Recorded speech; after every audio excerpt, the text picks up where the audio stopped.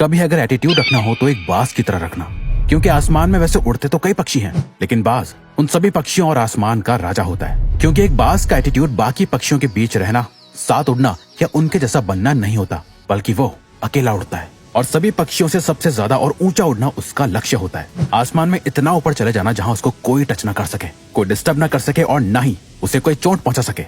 क्योंकि जब एक उड़ते हुए बाज की पीठ पर बैठा हुआ कौवा उसे चोंच मारता है, उसे परेशान करता है, तो बाज उस कौवे से लड़ता नहीं है, उसे कोई रिस्पॉन्स नहीं देता। वो बस चुपचाप अपने पंखों को फैलाकर आसमान में ऊपर और ऊपर उड़ता जाता है। बाज आसमान में जितना ज्यादा ऊपर जाता जाता है, उस कौवे की परेशानी उतनी ही बढ़ती जाती है। वो ऊंचे आसमान में सांस नहीं ले पाता और ऑक्सीजन की कमी की वजह से वो कौवा बेहोश होकर अपने आप गिर जाता है और बाज उस कौवे की चोंच से होने वाले दर्द से मुक्त हो जाता है। दोस्तों, हमारी जिंदगी भी कुछ ऐसी ही है। ये कौवा आपकी लाइफ के सारे चैलेंजेस को दिखाता है और ये बाज आपके स्ट्रॉन्ग मेंटल एटीट्यूड को। एक बाज ही की तरह जिंदगी के आसमान में मुश्किलों के बादलों को अपने पंखों से चीरते हुए ऊंचा उड़ना सीखो, ताकि आपके ये सारे चैलेंजेस अपने आप ही गायब हो जाएं। जब लोग आपको ताने कसे तो उससे और ऊपर उड़ जाओ। जब लाइफ आपको सामने से चैलेंज करे, उससे और ऊपर उड़ जाओ। जब आपको जिंदगी की एक के बाद एक प्रॉब्लम तोड़ के रख दे, और ऊपर उड़ जाओ। एक बाज की असली पावर उसके पंखों में है। अगर वो अपने पंखों को नहीं खोलेगा तो उड़ नहीं पाएगा। वैसे अगर आप अपने माइंड को ओपन नहीं रखोगे सीखने के लिए, इम्प्रूव होने के लिए, स्ट्रांग होने के लिए, तो आप कभी नहीं उड़ पाओगे। एक बाज बनने के लिए आपको बाज के मेंटल एटीट्यूड को सीखना होगा, बाज जैसे मेंटालिटी और माइंडसेट को डेवलप करना होगा। बाज को तूफान पसंद होते हैं। डॉक्टर एपीजे अब्दुल कलाम ने एक बार कहा था, all birds find shelter during a rain but eagle avoids rain by flying above the clouds. यानी जब आसमान में बादल छा जाते हैं, कुदरत की तरफ से एक तूफान आने का इशारा होता है, जिसे देख बाकी सारे पंछी छुप जाते हैं। एक बाज इसी तूफान से डरता नहीं बल्कि और ज्यादा एक्साइटेड हो जाता है। बाज इस तूफान के साथ आने वाले चैलेंजेस को बहुत इंजॉय करता है। जब तूफान की हवाएं और ज्यादा तेज हो जाती हैं, वो उस तेज हवा का यूज करके आसमान में और ऊपर चला जाता है। बहुत ऊपर पहुंचने के बाद वो उन बादलों से भी ऊपर आ जाता है जो बादल वो बारिश कर रहे होते हैं। आपकी लाइफ की हर एक प्रॉब्लम में सोल्यूशन छुपा हुआ है, हर एक चैलेंज में अपॉर्चुनिटी छुपी हुई है। जब आप इन प्रॉब्लम्स और चैलेंजेस से ऊपर उठ जाओगे, तब आपको कई सारी अपॉर्चुनिटीज दिखाई देंगी। जैसे कि नेपोलियन हिल भी कहते हैं, every challenge brings a great opportunity with it. अब जिस दिन एक बाज की तरह लाइफ की सारी डिफिकल्टीज और प्रॉब्लम्स को लाइफ में ग्रो होने की, खुद को बदलने की अपॉर्चुनिटीज की तरह देखने लगोगे, तब जाके आप बहुत ऊंचा उड़ना सीख पाओगे। बाज अपने घोंसले में नरम घास नहीं रखता। क्या आपको पता है, एक बाज के घोंसले में कभी कोई नरम चीज नहीं होती। वो अपने घोंसले से उन घासों को निकाल के फेंक देता है जो उसे आराम करने पे मजबूर करती है, क्योंकि वो एक बाज है।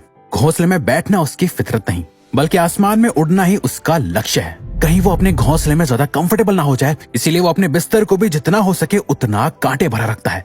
बाज के जब बच्चे होते हैं तो उनके लिए वो नरम घासों से भरा घोंसला बनाता तो है, लेकिन जैसे जैसे बच्चे बड़े होते हैं, वो उन बच्चों को घोंसले से बाहर निकाल देता है और कुछ नरम घासों को भी निकाल देता है। पर जब उसके बच्चे वापस आते हैं, उन्हें वो घोंसला थोड़ा अनकंफर्टेबल लगने लगता है, पर वो उसमें भी आराम करने लगता है। कुछ टाइम बाद वो अपने बच्चों को फिर से उस घोंसले से निकाल देता है और सारी नरम घास को निकाल फेंकता है। उसके बच्चे फिर वापस आते हैं और ये साइकिल तब तक रिपीट होती है जब तक कि उसके बच्चे घोंसले से बाहर जाकर उड़ना ना सीख लें। और एक बार जब वो उड़ना सीख जाते हैं तो वो समझ जाते हैं, घोंसले के कंफर्ट में रहने से ज्यादा आसमान में उड़ना ही उनका असली मकसद है। एक बाज भी इस बात को समझता है कि कंफर्ट जोन उसके लिए कितना खतरनाक हो सकता है, पर हम इंसान अपनी लाइफ को जितना हो सके उतना कंफर्टेबल बनाते जाते हैं। भूख लगी है तो ऑनलाइन खाना मंगा लिया, बोर हो रहे हैं तो रील्स स्क्रॉल कर ली। ये सारी बड़ी बड़ी कंपनीज आपकी लाइफ को जितना हो सके उतना इजी और कंफर्टेबल बना रही हैं, और ये आपको जितना हो सके उतना वीक बना रहे हैं। आप जितना ज्यादा कंफर्टेबल जोन में रहोगे, आप उतना ही ज्यादा आलसी होते जाओगे और आपका फ्यूचर उतना ही ज्यादा अनकंफर्टेबल और मुश्किल बनता जाएगा। हमारा कंफर्ट जोन ही हमारा सबसे बड़ा दुश्मन होता है और हमें इसका अंदाजा तक नहीं होता। बाज चेंज होने के एक बहुत ही दर्दनाक प्रोसेस से गुजरते हैं।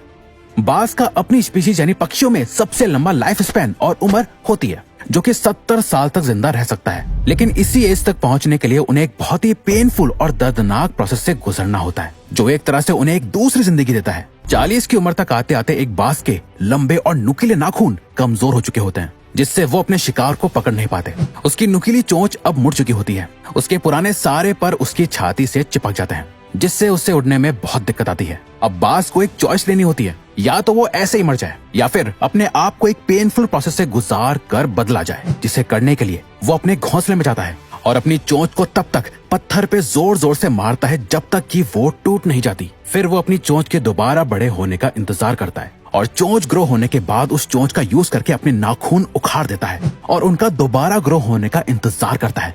जब ये हो जाता है उसके बाद वो अपनी चोंच और पंजों से अपने पंखों में से मोटे मोटे फेदर्स यानी पंखों को तोड़कर निकाल देता है और सिर्फ हल्के फेदर्स को रखता है। इसके बाद बाज अपने रिबर्थ की सबसे पहली उड़ान भरता है और खुद को जीने के 30 और साल दे देता है। बाज अकेला ही क्यों उड़ता है?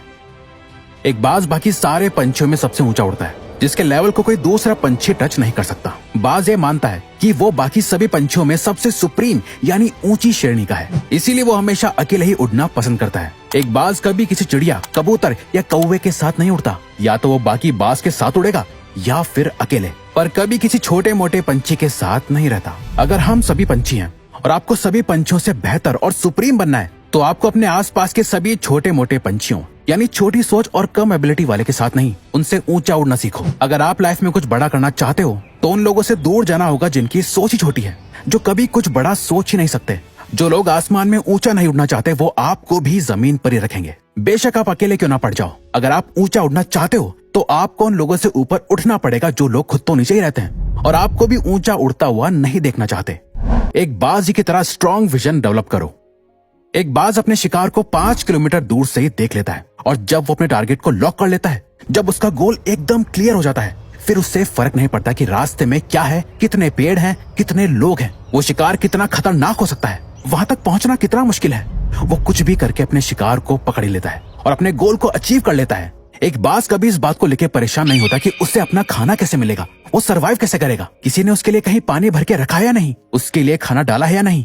वो बस उड़ता है और अपने खाने की तलाश में निकल जाता है। अपने शिकार का वेट नहीं करता कि वो खुद चल के उसके पास आएगा, नहीं, बल्कि सही मौका देखते ही उस पर हमला कर देता है। इस मेंटल एटीट्यूड की वजह से ही एक बाज 70 साल तक सरवाइव कर पाता है, बाकी पंछियों की तरह भूखा नहीं मरता। आपको भी अपनी लाइफ का एक विजन तैयार करना होगा, आप जो चाहते हो उसके लिए काम करना होगा। कोई सामने से आकर आपकी लाइफ नहीं बदलने वाला, आपको खुद अपनी लाइफ की रिस्पॉन्सिबिलिटी लेके खुद को चेंज करना होगा। एक बाज कभी भी मरे हुए जानवरों को नहीं खाता। एक बाज कभी मरे हुए जानवर को नहीं खाता, वो हमेशा अपने लिए एक फ्रेश शिकार करता है। बाज का ये माइंडसेट हमें सिखाता है कि हमारा पास्ट हमारे लिए मर चुका है, पास्ट में हुई सभी चीजें जा चुकी हैं, आपके हाथ में बस आपका आज है। आपका पास्ट एक ऐसी जगह है जहां आपने अपने पुराने वर्जन को गार्ड रखा है। हो सकता है आपने पास्ट में बहुत कुछ बुरा किया हो या बहुत ज्यादा अच्छा, जिसके बारे में सोच सोचकर आप अपने अंदर अलग अलग इमोशंस डेवलप कर रहे हो। ये आपको अंदर से खोखला बना रहा है। अगर आप बार बार अपने पास्ट में झांकते रहोगे तो आप प्रेजेंट यानी आज और अभी में कैसे जी पाओगे? प्रेजेंट में जहां आप अपने फ्यूचर को क्रिएट कर रहे हो, अपने बेस्ट वर्जन को डेवलप कर रहे हो, उस पर फोकस करो। अगर बाज से कोई शिकार मिस हो जाए, उससे बच के निकल जाए, तो क्या वो इस बात के लिए रोता है, दुख मनाता है और इस गम में भूखा रहता है कि वो शिकार नहीं कर पाया? नहीं, बल्कि वो फौरन अपने अगले शिकार को ढूंढने निकल जाता है। आप भी एक बाज बनो, अपने पास्ट को दफना दो और अपने प्रेजेंट में जीकर अपने फ्यूचर को क्रिएट करो। अब अगर आपको ये वीडियो अच्छी लगी तो वीडियो को लाइक और चैनल को